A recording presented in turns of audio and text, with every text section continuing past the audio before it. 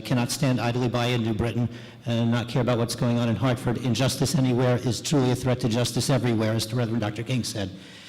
I owe my existence to the fact that Roe v. Wade was decided in 1973 rather than 1937, and to New York State's pre-Roe anti-abortion laws.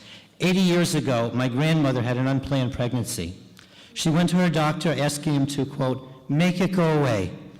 Dr. Weinstein gave her a sugar pill, making her believe it was an abortifacient.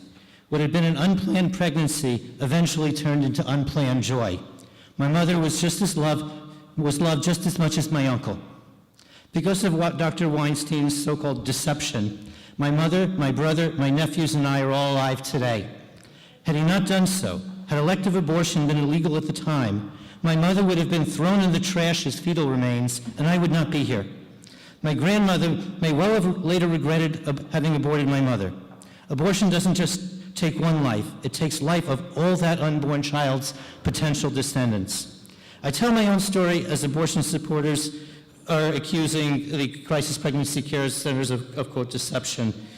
And the ordinance would deprive deeply ambivalent women like my grandmother, of needed supports that would save not only one life, but in at least some cases, at least two.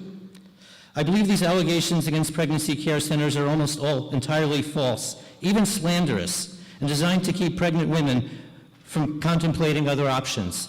If this is about women's rights, what about my mother's right to live? But even if these allegations would have some of deception or have some merit, is what they are being accused of any different than what Dr. Weinstein did to save my mother's life? When human life is at stake, we need to remember that absolute truth can sometimes lead to gross injustice.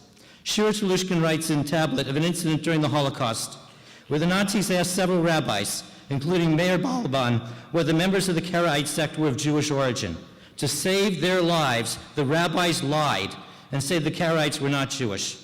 If I have an issue with most pregnancy care centers, that the overwhelming majority of them are run by women whose religious faith differs from that of myself and my family. Being Jewish, I am not one of the folks standing at the corner of Main and Jefferson reciting Hail Marys as women decide which way to turn down the brick pathway.